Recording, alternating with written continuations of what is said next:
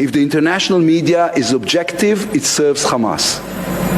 If it just shows both sides, it serves Hamas. As we reported Thursday, that was the former Israeli prime minister and the current leader of the opposition in Israel, Yair Lapin, speaking at a press conference where he was lecturing the media on how they should cover the war on Gaza. My argument is that the media can't just claim to bring both sides of the story. If you do that, you are only bringing one, Hamas' side.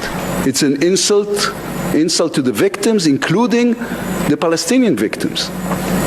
It's also an insult to the core idea of what journalism is. Believe me, I know. I was a journalist for 31 years. We discussed this last week with two journalists, Dmitry Babich from RIA Novosti in Moscow, and with Camilla Escalante, an independent Canadian journalist who's currently in Nicaragua and reports for Telesur, Press TV, and other news outlets. Today we speak with Joe Lauria, who is the publisher and editor-in-chief of Consortium News, which can be seen at consortiumnews.com. Joe, the former prime minister and current opposition leader in Israel, has given us his opinion of what the role of journalists should be covering the Gaza war. What's your opinion? If a reporter were to empty his mind of all bias as much as humanly is possible, be as objective as absolutely possible, he would conclude that the facts would support not Hamas, but the Palestinian people. And this is part of the conflation that the Israeli government, including the opposition leader here, has been engaged in, which is to conflate the entire population, not only of Gaza, where Hamas was elected way back in 2007 and hasn't been an election since, but also those on the West Bank where Gaza has never been elected to anything.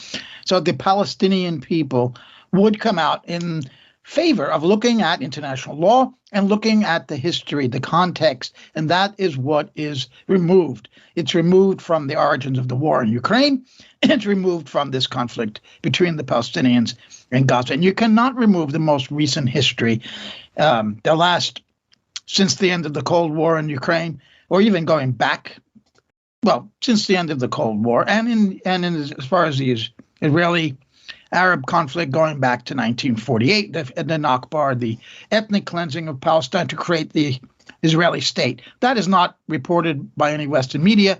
That is left out of all accounts. That's where you have to start this story. And since that's left out, the Western audiences have no clue what's behind this. What is the opening act of this awful drama that's been going on for 75 years? And we see now one of the worst phases, the worst parts of this, worst scenes in this 75-year drama, this incredible Old Testament style massacres that we're watching.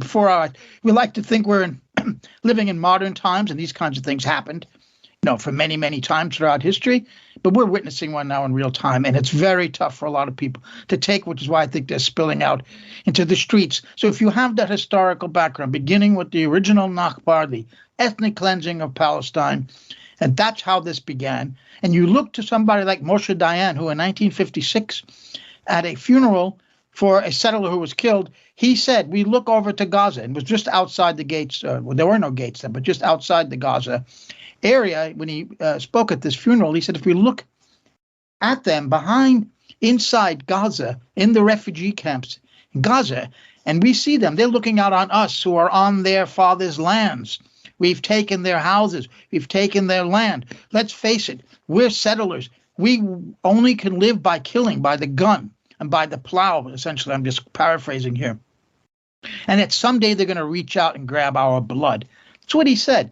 So he was being honest. We have to understand why they hate us, because we took their land. We kicked their people out. We stuck them in refugee camps, such as in Gaza and in Syria and Jordan and Lebanon. But he was talking about Gaza in that instance. And someday they're going to come back. We have to understand this. We have to be ready. Well, today is that day when they broke out through the fence. And there's so much we could talk about that. But these are the objective ways you would have to report this story. And you would then come on the side of the Palestinian people.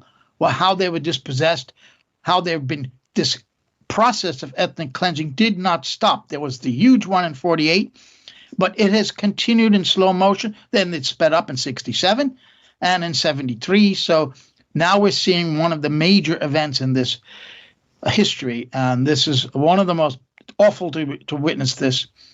And that's what you'd have to say objectively. So he's wrong about you'd have to support Hamas.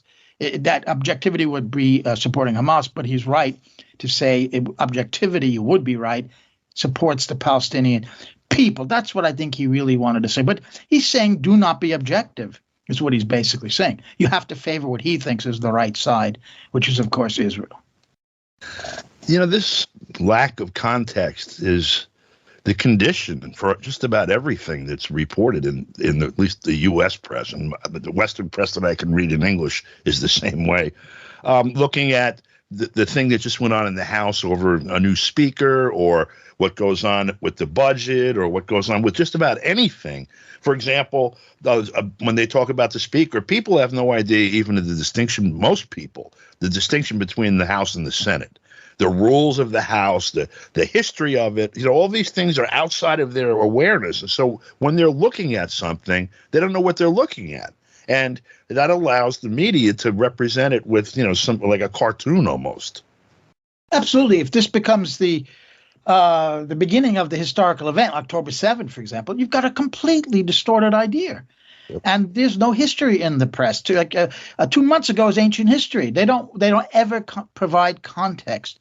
Like if there's a coup in an African country, like we've seen now in Sahel, for example, why did that happen? They don't give the context of French colonialism, of the lingering effects of that, of the ongoing neo-colonialism. This is gone. It's just some guys took over the government and they were wrong. Some guys broke out of Hamas. They killed Israelis and they were wrong. Now, I'm not saying they were right, but you can't just stop by condemning that and not look at the overall picture of why this happened. And then it's very important now to say what Israel is doing in response is much worse than what Hamas did. And that's not to excuse what Hamas did. It's 9/11 is a similar story, Don, where they gave so many instances, and the attack in the London Tube a few years later, they tell you why they've done it. They give the context. They're against the U.S. imperialism in the Middle East. That's essentially it.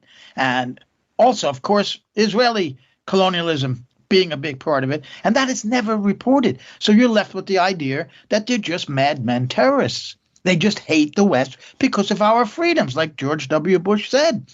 This is the lie that you create by not giving the historical context. Putin woke up one morning and decided, who am I going to invade today? How about Ukraine? And he just, because of a madman that he is, he just decided, no, that doesn't mean you agree with the invasion or not. That's not the point. And that you're not justifying, well, of course you're not justifying 9/11, not justifying what Hamas did. But you have to understand the role of a journalist should be to provide the context, to explain what happened, not to justify. And the funny thing is, Don, historians have a lot more leeway and liberty to do that because, for example, you could read historians today explaining that the Versailles Treaty was one of the causes of World War II because it was so unjust towards Germany and it created all this resentment. That doesn't in any way excuse or defend or support Nazism, but it explains what happened. But you can't say that these are the reasons why Ukraine war began because they decided the U.S. not to negotiate these treaty proposals in December of 2021, where NATO would withdraw forward deployments, take those missiles out. Ukraine would not become part of NATO. That was rejected. And Russia said, if you don't accept it, we're going to take a technical military response.